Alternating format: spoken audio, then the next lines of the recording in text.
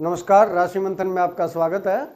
जैसे हमारे जो है ना भावानुसार ग्रहों के जो फलों की श्रृंखला है वो जारी है। सूर्य की श्रृंखला हम पूर्ण कर चुके हैं।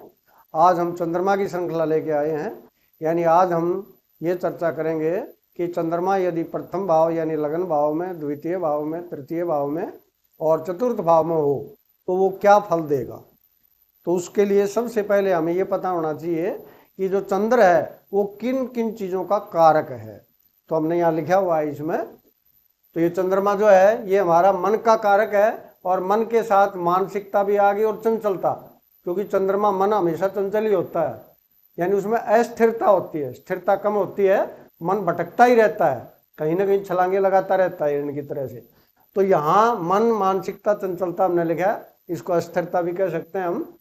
फिर है हमारी जो भावनाएं हैं वो इसके अंतर्गत आती हैं, यानी जो हमारा जिसको हम हृदय बोलते हैं वो इसके अंतर्गत आता है।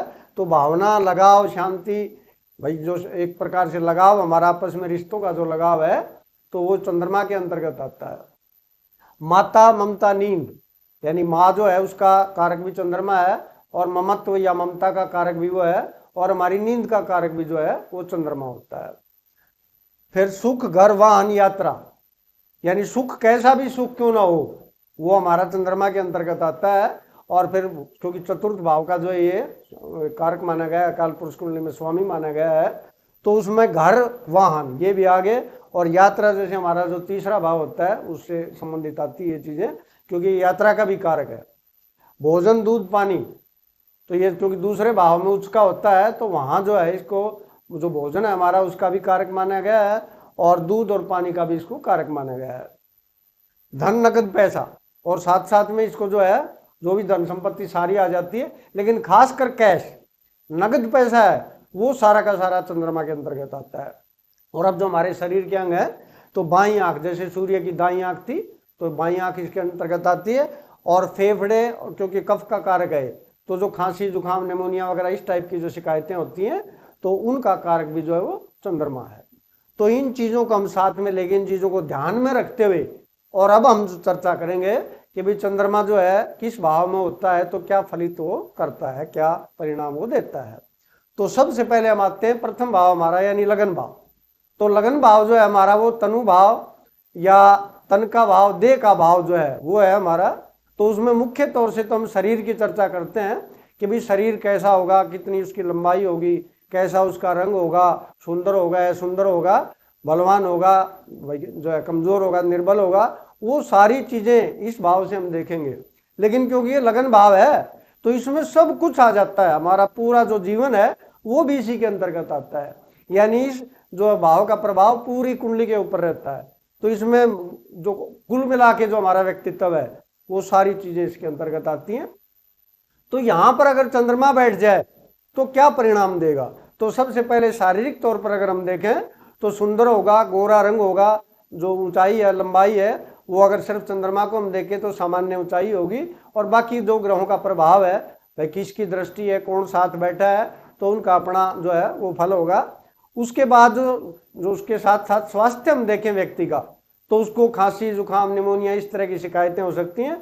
और फिर ये मन का भी कारक है तो या तो मानसिक तौर से खूब मजबूत होगा अगर अच्छे ग्रहों के साथ, अच्छे ग्रहों की दृष्टि है, और अगर कोई पाप ग्रह, क्रूर ग्रह की जो दृष्टि है उसके साथ है तो मानसिक तौर से वो जो है उसको अस्थिरता या मानसिक कोई न कोई समस्या जो है वो उसको हो सकती है।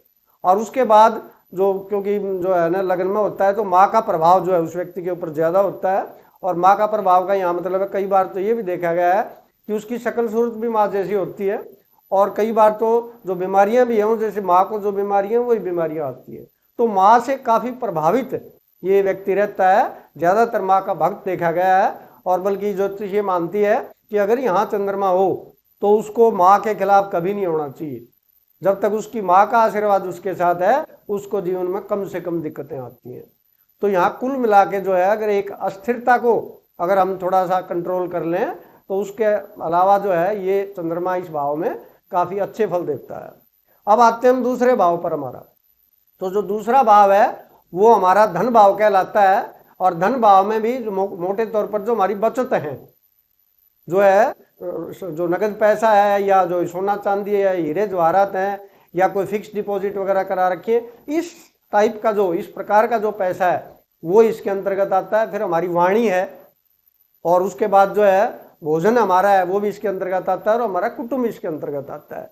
तो उन सब के ऊपर चंद्रमा का प्रभाव होगा। यानी इस परिवार में जो लोग होंगे वो भावुक प्रकार के या थोड़ा ऐसे अस्थिर जो है मानसिकता के व्यक्ति होंगे, एक दूसरे से जुड़े हुए व्यक्ति होंगे। और पैसे जो है, क्योंकि यहाँ चंद्रमा उच्च का भी होता है, तो पैसे की यहाँ आने वाला जो सिस्टम है पैसे का वो कोई कमी नहीं होगी। और सेविंग जो है वो थोड़ा हमने देखा है कि भाई सेविंग कम होती है, क्योंकि चंद्रमा पैसे का आवागमन ज्यादा रखता है। भोजन जो है वो ज्यादातर जो है वो सौम्य अच्छा प्रकार का शाकाहारी प्रकार का जो है वो भोजन करने का व्यक्ति आदि होता है। तो यहाँ ये भाव भी पैसे के हिसाब से, भोजन के हिसाब से, और वाणी भी बहुत विनम्र जो है उसका स्वभाव होगा, विनम्र उसकी वाणी होगी। तो ये भाव भी काफी अच्छे परिणाम चंद्रमा यहाँ पर देता है। अब जो तीसरा भाव है हमारा वो छोटे भाई बहनों का है हमारा, और उसके बाद जो है वो यात्राओं का है, छोटी मोटी जो यात्राएं हमारी उनका भी है। और जो हमारा पराक्रम होता है, यानी हम किस चीज के लिए प्रयास करेंगे, किस चीज के लिए आगे जो है हम तैयारी करेंगे जीवन में, साहस कितना होगा, तो वो भी चीजें इसके अंतर्गत आती है। तो क्योंकि चंद्रमा सौम्य ग्रह है इसलिए ज्यादा साहसी या ज्यादा निडर तो हम नहीं कह सकते, लेकिन वो सारा निर्भर करेगा कि किन ग्रहों का प्रभाव है और कौन से ग्रह साथ हैं। लेकिन मोटे तौर पर जो है वो लड़ाई झगड़े इनसे बचना ही चाहता है और ज्यादा मेहनत का काम भी वो कम ही करना चाहता है।